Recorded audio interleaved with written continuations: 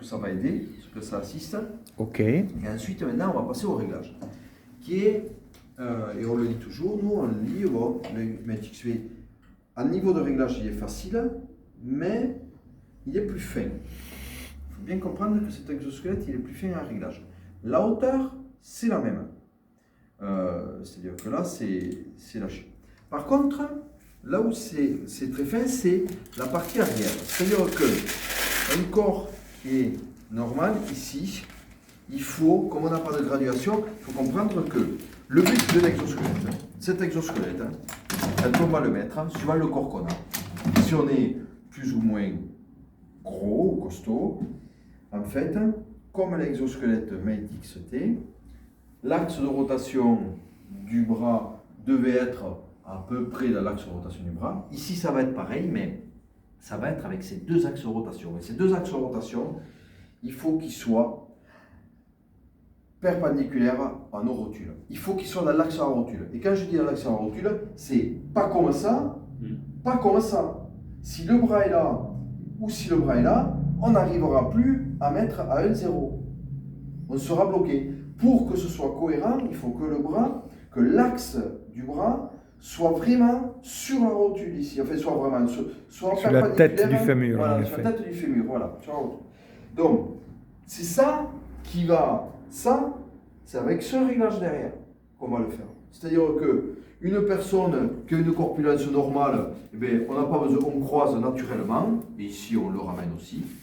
Et une personne qui va être plus grosse, plus elle est costaud, mais plus on va lâcher ici pour que les bras, eh bien, les jambes fassent plus de tours et qu'on se retrouve avec ces axes. Si ce n'est pas dans l'axe, c'est pas bon, ça marche pas.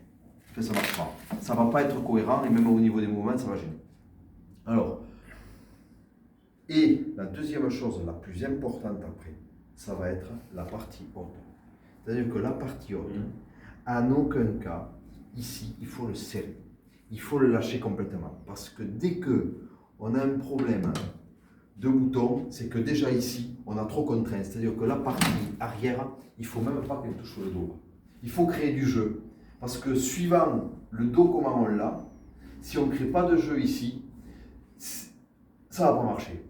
C'est-à-dire que le gars, quand il va se baisser, ou il aura la barre qu'il appuie, et ça c'est juste impossible, ou quand il aura, quand il va bouger, il pourra de nouveau les boutons, il aura du mal, ça ne va pas marcher. Donc ici, pour éviter tous les problèmes, même si ça rattrapera un peu moins l'assistance, parce que le jeu va créer que l'assistance démarrera un peu plus tard, mais c'est pas grave. On gagne en confort, on lâche tout l'arrière. Et ça, on fait tout pour que ça ne touche pas dans le dos quand on est debout. Ça, c'est le réglage qu'il faut pour ça.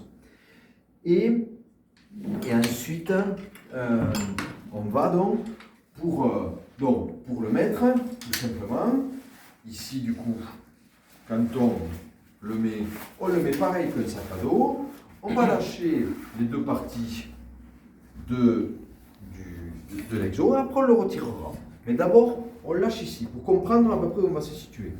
Ensuite, là, on va bien le serrer, parce que le serrage se fait comme ça. Et montre bien où tu fais tomber la ceinture dans le dos. Ouais, pas en tirant après, parce que tirer après, ça marche pas. C'est trop dur. Il faut toujours le mettre, on le règle de là, avant de le crocheter. Voilà, comme ça. Voilà. Après, ça va là, comme ça. Et là, en fait, voilà, là, on se trouve sur l'axe du fémur. Là, ça va marcher. Et en plus, ici, je suis libre. C'est-à-dire que quand je viens de serrer, là, moi, je leur dis toujours, surtout, là, lâchez-le. Alors, voilà, déjà, la partie haute aussi, un peu. Quand même. Ça, c'est pour le réglage aussi des poitrines. Je ne suis pas équipé. Je trouve le truc pour la lâcher. Oh, ouais, non, c'est là, d'accord. Bon, là, on le lâche à la limite comme ça. Mais là, si on ne veut pas être embêté pour la mise en place, ici, il faut lâcher. Parce que si on commence à le serrer ici, trop serré, là, suivant le dos qu'on a, ça ne va pas marcher. Ensuite, il va y avoir une pathologie, un corps qui va être différent, où ça ne marchera pas. C'est les gens ici qui n'ont pas de cambrure. Systématiquement, quand on leur dit à ces gens, quand on voit qu'il n'y a pas de cambrure, on leur dit, mais vous tombez le pantalon. Et à 100%, ils vont dire, ah ben oui. comme si on était magicien. Mais je dis, c'est normal. Parce que la ceinture, elle est faite pour tomber dans la cambrure. Enfin, elle est faite. Elle tient un pantalon parce qu'on est cambré. Si on n'a pas de cambrure ou qu'on a un dos plat, l'exosquelette ne va pas marcher. Parce qu'on aura tout le temps tendance, il aura tout le temps tendance à glisser, comme un pantalon qui va glisser sur la même personne. Et voilà, et les pantalons, c'est pas la faute des pantalons, c'est que c'est le corps qui fait comme ça. Donc ça ne marchera pas, ça ne sera pas confortable pour eux, parce qu'ils n'ont pas ce calage ici sur la cambrure. Et ensuite, on met ça de façon classique, on va caler l'exosquelette, et ça ne serrer non plus au niveau des jambes, parce qu'on fait de la poussée. On ne tire pas, donc ici ça ne sert à rien de se le comprimer aussi. Voilà. Et donc du coup, comme normalement on est sur l'axe de la rotule, ben ici on va pouvoir faire 1-0 sans problème. Il est tout neuf. Voilà. Mais là, le coup de truc se joue là, ici.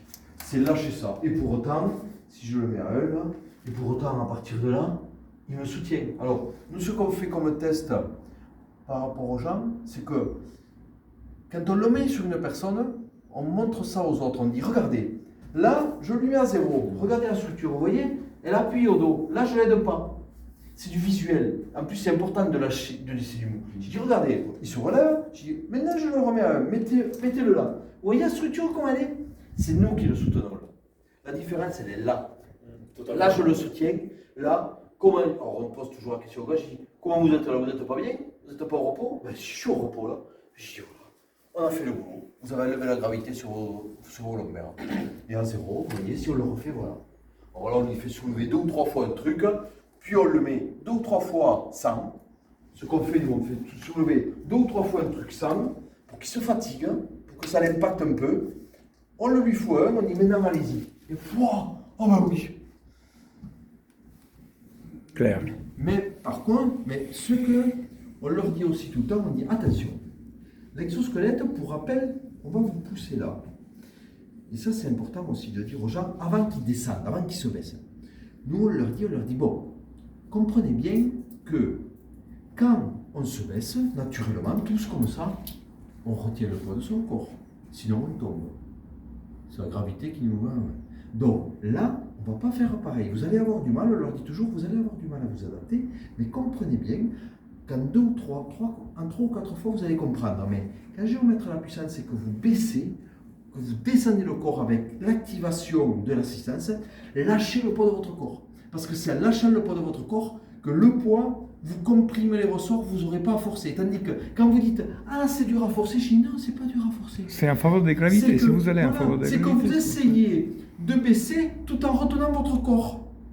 Vous baissez en retenant votre corps. Or, forcément, quand vous avez plus de puissance à avoir, ne vous lâchez le poids de votre corps quand vous baissez. Je dis « Tombez comme si vous tombiez, faites ça. » Ah ben oui. Et au bout de 3 fois, vous avez compris. Allez, maintenant, on met l'assistance. Vous avez compris.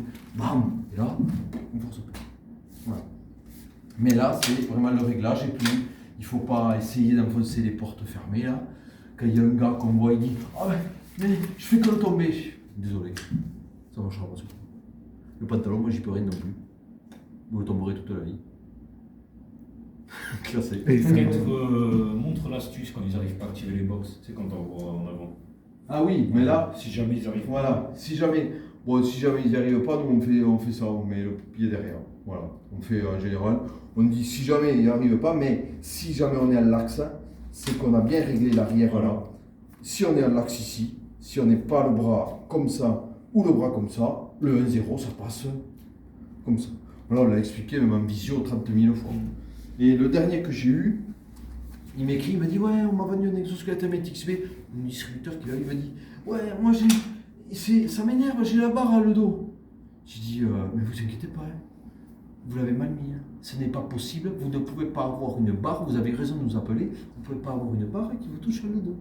Alors vous allez me lâcher toute cette partie haute sérieusement pour que le dossier arrière ne vienne pas vous toucher. Vous lâchez tout, lâchez du lest.